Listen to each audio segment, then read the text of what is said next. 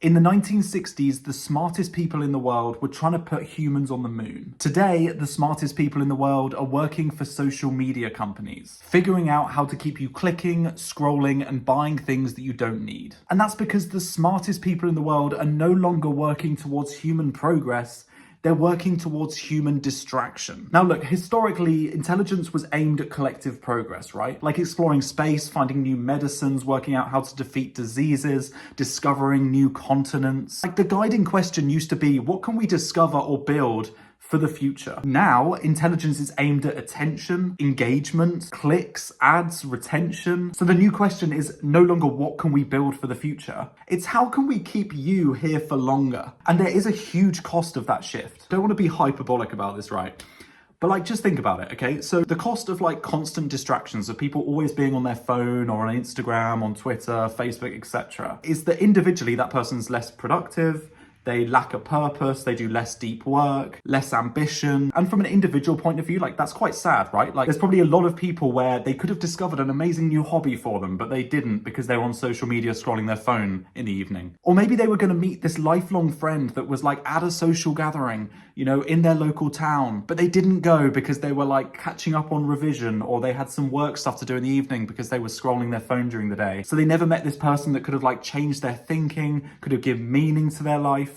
All these adventures, all these experiences just like completely destroyed because of these distractions. And I'm just talking about the individual level, right? And that's sad and like, you know, it's annoying for them, but I think we forget the collective issue with this, because it's not just at this individual level, it's collective. Think of all the amazing things that we could have right now, but we can't because people are distracted. So you're probably wondering like, well, how did we get here? Like, how did we get to the point where there's this mass distraction phenomenon taking place? I mean, one of the main things is that technology scaled way faster than regulation. Like if you've ever seen those bloody videos of like the old senators interviewing like Mark Zuckerberg, and on Facebook and Instagram, like there's so much misinformation, there's like election interference, they're creating ever addicting algorithms, they're showing horrible content to really young people, like under 16-year-olds, there's not adequate moderation of the platforms, and the senators are there and they're like, is Twitter the same as what you do? Are you Twitter? That was an actual question. Like these institutions can never keep up. There is such a knowledge gap between old senators, or like even in the UK, like we have such people that just don't grasp it, and they never bring in people that actually know what they're talking about, that can grill these social media CEOs. And if you think about it, like AI, this is going to get worse with AI. Like AI is going to advance way faster than what we had previously. Like if they can't manage Web 2.0, oh my God. And we saw this with Grok, right? This is X's like AI chatbot thing. Basically, people found a loophole where they were able to upload images of people fully clothed and then tell Grok to unclothe them and basically recreate them naked. And funnily enough, there was a little bit of a backlash. And because there's no regulation, like no one could do anything. So really, it just relied on Elon Musk. Elon Musk, oh, maybe we shouldn't do that. And then they like banned it, right? We cannot rely on like one person basically regulating themselves. Another thing that happened to cause like this major distraction epidemic was that like broad messaging, like, you know, when you would go like on a road and you would see like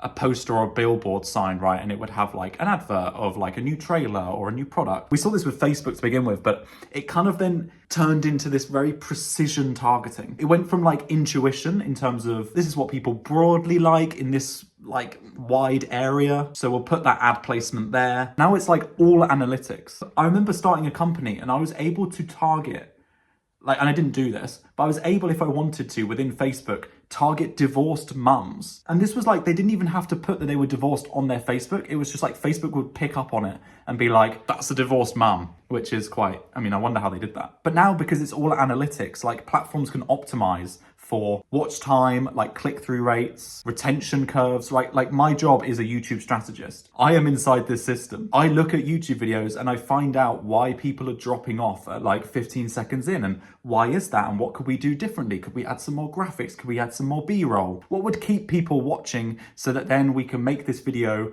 go to more people? I hate to say it, but everyone is inside the system. That means you too, unfortunately. Now, it's a really obvious point, but like, Social media does not sell happiness, it doesn't sell meaning, it sells your time and your focus. It's that saying that is now very old now, but if something's free, you are not the customer, you are the product. Now, I want to caveat this with saying these platforms don't hate you. Like Mark Zuckerberg isn't waking up and going, how can I destroy humanity? But these platforms are motivated and optimized by engagement, and we know through the human psyche that negativity sells. Like, unfortunately, you are more likely to watch a video of like a politician saying something like incredibly racist or like homophobic and have an inner reaction to that where you dislike it, you maybe comment on it, you send it to your friend and you're like, have you seen this? Like, that's more likely to get you engaged than like a cute little panda that's at a zoo that's just making its first steps. Actually, that's quite cool. I kind of want to watch that video. But joking aside, like what I'm saying is they're not trying to destroy your well-being,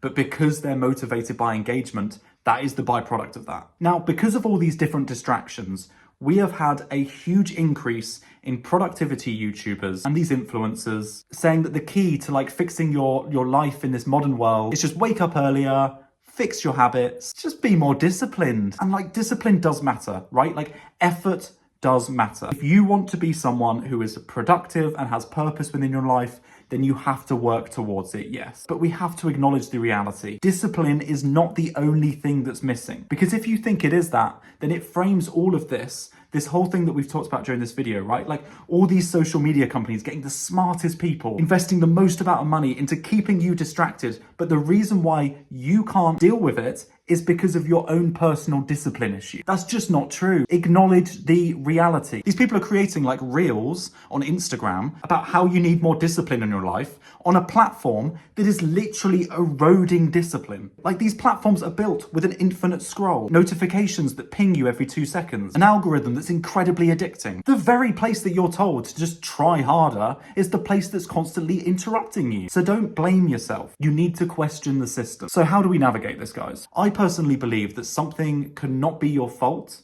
but can still be your responsibility. I think in order for you to find purpose and to be happier and have more well-being, I think you need to reframe discipline as less about the effort and more about a defense. In a majority of cases, you don't win by trying harder anymore. You win by making it harder for the system to reach you. And by system, I mean these like modern distractions like social media, your phone, screwing around on your laptop. If we imagine someone in the 1900s, right, and they had like a newspaper and a book like on their table, they'd pick up the book and you would go, oh wow, like they're reading quite a lot. They're pretty disciplined. But that's because there's no other distractions, right? Like they don't have this small little device on the table that's constantly with them, that's constantly pinging them, that's constantly updating. So look, if I was going to give you 3 steps in navigating this world of distractions that's only ever going to increase as we go through 2026, it's these. Step 1.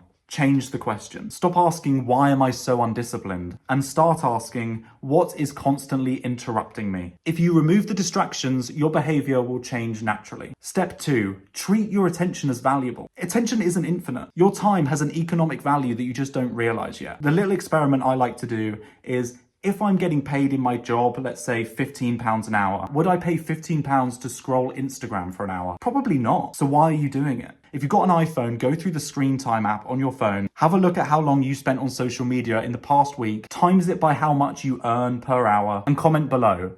Was it worth it? Step 3, design the environment. Willpower is extremely fragile, right? Like you cannot rely on motivation. I don't care how many The Rock motivation speeches you watch. It's not going to work. Environments are powerful. Discipline isn't about being stronger than the temptation. It's about reducing how often you have to fight it. So make sure your environment works for you. Like, is your workspace tidy? Is it somewhere that you actually want to work in? Like, I'm an incredibly messy person, but I just know that my mind is clearer when my bedroom is tidy, even if I don't want to admit that. If your goal this year is to go to the gym more, make sure that you have your shoes ready, your gym clothes ready the night before. Put your phone in another room when you sleep. Buy one of those like manual alarm clocks so that you don't have the temptation when you first wake up to just scroll your phone and then by mid-morning you realize, ah crap, I've not been to the gym and I can't be bothered now. Make the default option the right one. Okay, so look, if you're struggling to focus, it doesn't mean you're broken. It means that you're human, and it's an incredibly predictable outcome for a world where companies profit from your distraction. Once you recognize that, you stop hating yourself and you start choosing what gets access to you. Remember, they don't need you to fail. They just need you to keep on scrolling. If this video helped you, then I have a video here which is how to raise your self-esteem, and spoiler alert, it's not in the way that you think. Go check it out. Thank you guys so much for watching.